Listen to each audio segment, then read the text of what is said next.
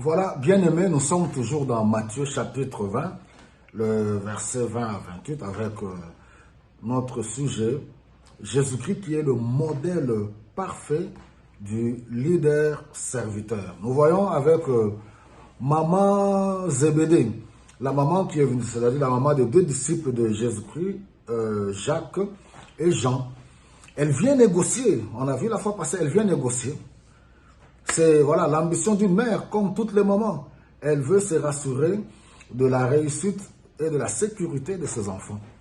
Disant au Seigneur, quand tu viendras dans ton règne, que l'un siège à droite et l'autre à gauche. On en a parlé la fois passée.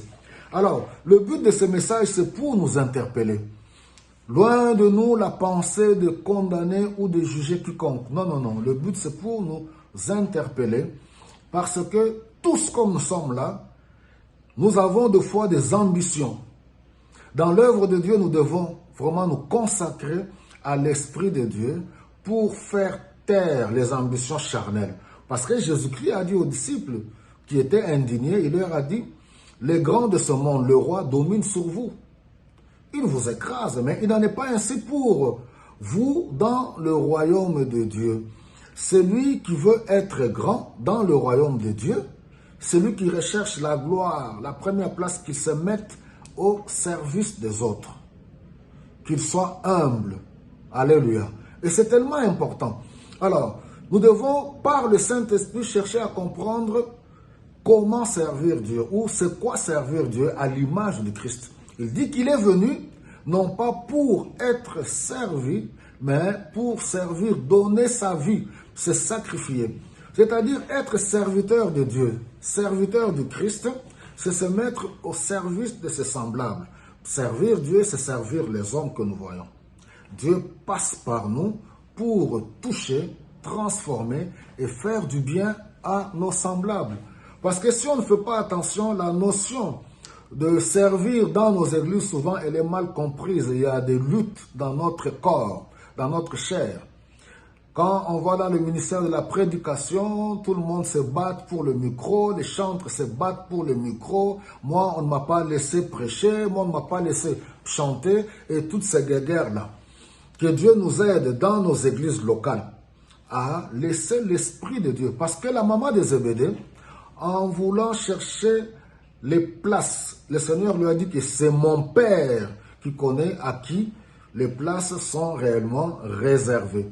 Quand nous voyons l'apôtre Paul dans 1 Corinthiens, il parle du fonctionnement de l'Église, même de l'exercice des dons. Comment les dons doivent être exercés dans nos églises. Nous pouvons lire dans 1 Corinthiens au chapitre 12, 13, 14. C'est tellement important. Alors, nous devons comprendre que c'est une bénédiction, nous tous. C'est l'Esprit qui répand les dons selon son bon vouloir pour le bien-être du corps, pour l'édification du corps du Christ.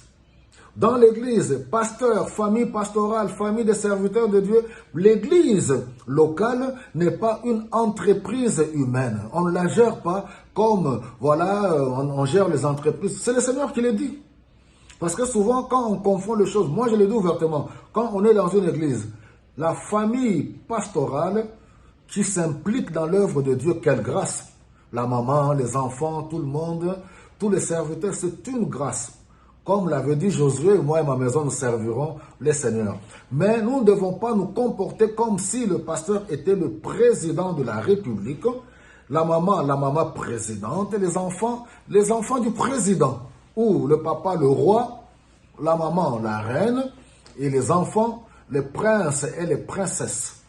C'est-à-dire quand on dirige l'église de cette façon, où il y a des réunions qui se font en famille, les enfants qui ne sont pas impliqués dans le corps directoire, je peux dire, hein, ou le corps, le staff qui dirige l'église, qui prennent des décisions, qui annulent, la maman qui n'est pas impliquée, qui ne forme pas, qui n'est pas dans le corps qui dirige l'église, elle aussi qui décide, qui annule des décisions.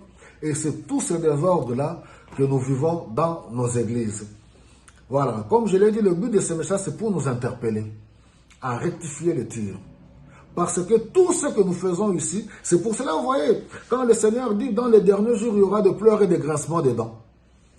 Beaucoup qui me diront, Seigneur, Seigneur, c'est en ton nom que nous avons fait ceci.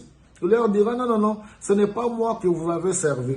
C'était votre propre entreprise familiale. C'était votre propre business. Ce n'était pas l'œuvre de Dieu. Nous disons ces choses avec beaucoup de pleurs. Que l'Esprit de Dieu nous aide, nous tous. Nous, on n'est que des canaux par lesquels Dieu passe pour transmettre ce genre de message. Que Dieu nous aide et que nous puissions marcher dans l'humilité, remplis du Saint-Esprit de Dieu. Alléluia. D'être au service des autres. Jésus-Christ, quand il a trouvé ses disciples au Matthieu chapitre 18, qui est le plus grand dans le royaume de ceux, il prend un enfant, il le met au milieu. Si vous ne vous convertissez pas, vous ne devenez pas comme ce petit enfant, vous n'entrerez pas dans mon royaume.